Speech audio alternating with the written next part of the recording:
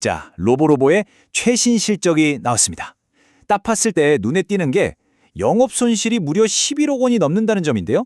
숫자만 보면 이거 좀 실망스러운데 할 수 있죠. 근데 말이죠. 과연 이 숫자 뒤에 뭔가 새로운 기회가 숨어 있는 건 아닐까요? 오늘 사업 보고서를 아주 샅샅이 뜯어보면서 그 가능성을 한번 찾아보겠습니다. 이 질문에 대한 답을 찾기 위해서 오늘 이런 순서로 한번 살펴볼게요. 먼저 로보로보가 어떤 회사인지 알아보고 문제의 3분기 실적, 그리고 재무 상태는 괜찮은지, 앞으로 어떤 전략을 가지고 있는지, 마지막으로 그래서 핵심 포인트는 뭔지, 리스크는 없는지까지 꼼꼼하게 짚어보겠습니다. 네, 그럼 먼저 로보로보가 도대체 어떤 기업인지부터 확실하게 짚고 넘어가야겠죠. 이 회사의 본질을 알아야 지금 상황을 제대로 볼 수 있으니까요. 로보로보는 벌써 20년이 넘었네요. 그동안 교육용 로봇, 이 한 분야에서 정말 강력한 브랜드를 만들어 온, 어떻게 보면 시장의 개척자 같은 회사라고 할 수 있습니다. 화면에 보이는 이 제품들이 바로 로보로보의 핵심 성장 동력입니다. 왼쪽에 있는 게 전통적인 주력 상품 로보키트고요.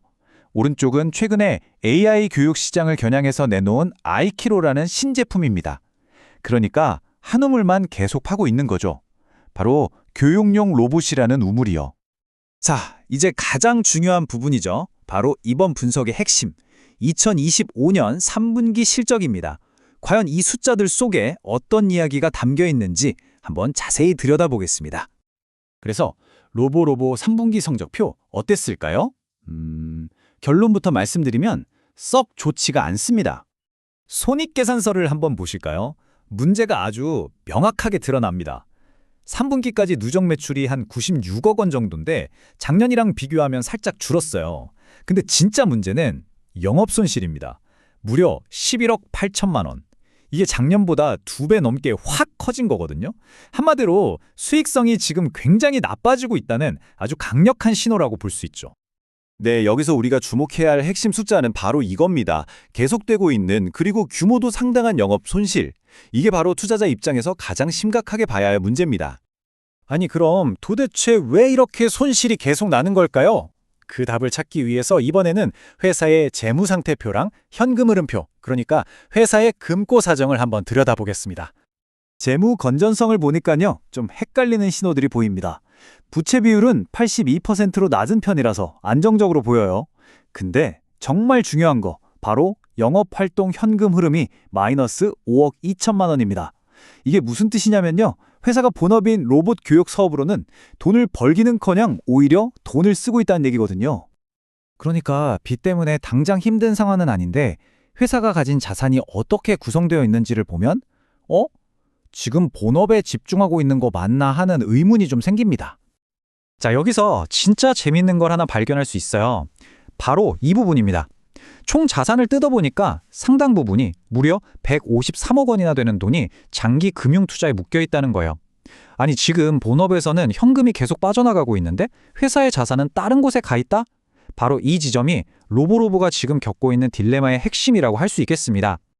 자, 그럼 이런 상황에서 경영진은 어떤 카드를 꺼내 들었을까요? 바로 선택과 집중이라는 이름의 새로운 전략입니다. 회사가 지금 사업 방향을 크게 틀고 있습니다. 예전처럼 이것저것 다 하기보다는 돈이 안 되는 사업은 과감하게 버리고 가장 잘하는 로봇이랑 코딩 교육에 모든 걸 쏟아붓겠다는 거죠. 이 새로운 전략은 크게 3가지 기둥으로 되어 있습니다. 첫째, 수익 안 나는 사업은 정리한다. 둘째, 해외 시장이랑 국내 프리미엄 시장을 뚫는다. 셋째, 이제 온라인 마케팅으로 소비자한테 직접 다가가겠다, 이겁니다. 실제로 사업 보고서에도 다각화와 타겟화를 중점으로 두겠다고 명확하게 밝히고 있어요. 이건 그냥 하는 말이 아니라 정말 사업 모델을 공격적으로 바꾸겠다는 의지를 보여주는 대목이죠. 자, 이제 슬슬 마무리할 시간입니다. 이 모든 걸 종합해서 투자자 입장에서 가장 중요한 질문에 답을 해봐야겠죠? 과연 이 계획 정말 성공할 수 있을까요? 회사의 강점과 약점을 이렇게 딱 놓고 보면 지금이 얼마나 중요한 전환점인지 알 수 있습니다. 20년 동안 쌓아온 브랜드 파워나 AI 기술력 같은 좋은 기회들이 분명히 있어요. 하지만 고질적인 영업 손실, 안팎으로 치열한 경쟁, 그리고 점점 줄어드는 국내 학생 수 같은 무시 못할 리스크도 함께 있는 상황입니다. 그럼 투자자들은 도대체 뭘 봐야 할까요? 결국 핵심은 이겁니다. 로보로보의 성공은 결국 새로운 해외, 그리고 프리미엄 전략을 얼마나 잘 실행하느냐에 달려있다는 거죠. 그러니까 앞으로 나올 실적 발표에서 해외 매출 비중이 진짜로 늘고 있는지, 그리고 새로 나온 프리미엄 제품들이 시장에서 먹히는지 이걸 정말 눈여겨봐야 합니다. 결국 모든 이야기는 이 하나의 질문으로 다시 돌아옵니다. 과연 로보로보의 이 선택과 집중 전략이 이 지긋지긋한 손실의 고리를 정말 끊어낼 수 있을까요? 그 판단은 이제 여러분의 몫입니다.